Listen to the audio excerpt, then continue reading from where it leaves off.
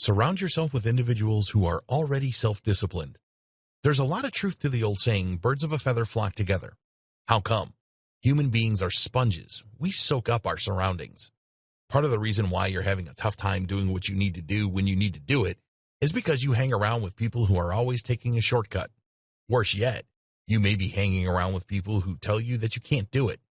Your only option, as far as they're concerned, is to do exactly what they're doing.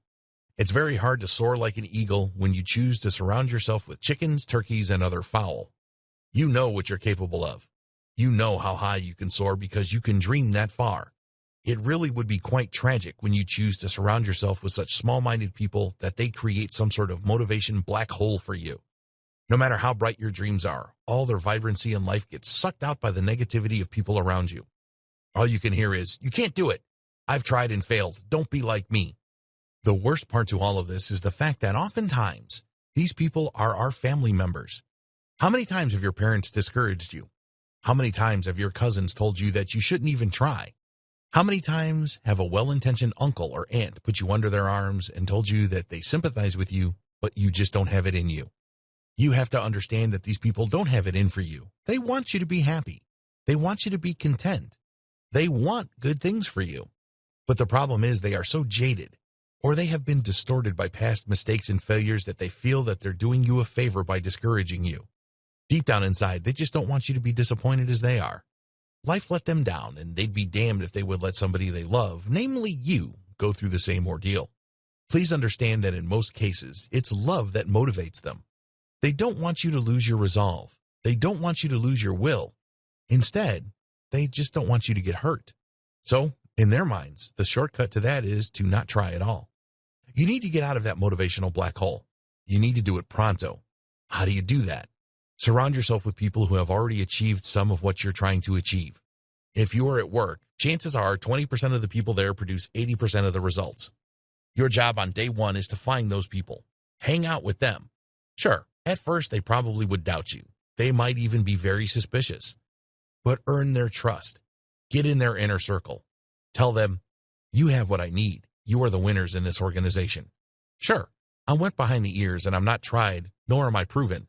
But you can trust my sincerity that I am looking to learn from you."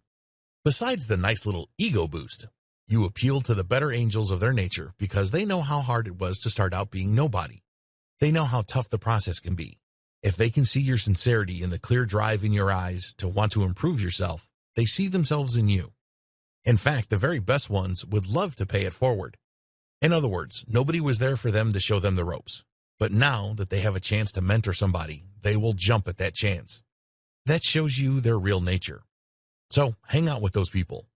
Real coaches will not sugarcoat anything. They will tell you that it's rough. But they will also tell you that there is always a way out, and this means learning the lessons that you need to learn and just powering through until you achieve momentum.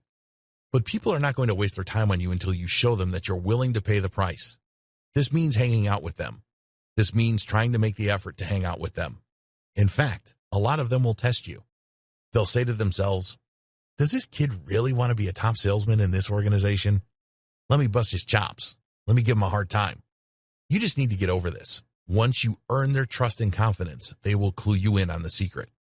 Step-by-step guide to surrounding yourself with self-disciplined mentors. Step number 1, find the winners in your organization. By winners, I'm not talking about the CEO. I'm talking about mid-level people. Find them. They can always be found in any organization. Like I said, 20% of the people in any organization produce 80% of that organization's result. Find that 20%. Step number 2, prove your worth. Don't just hang out for social purposes. They know that people like that are leeches.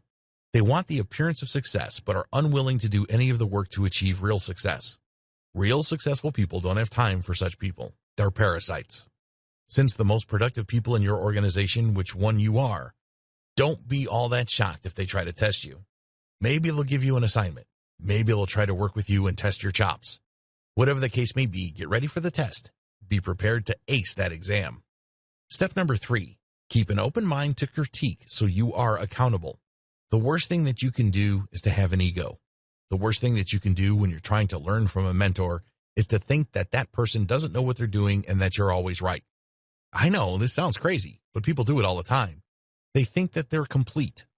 They think that they figured everything out.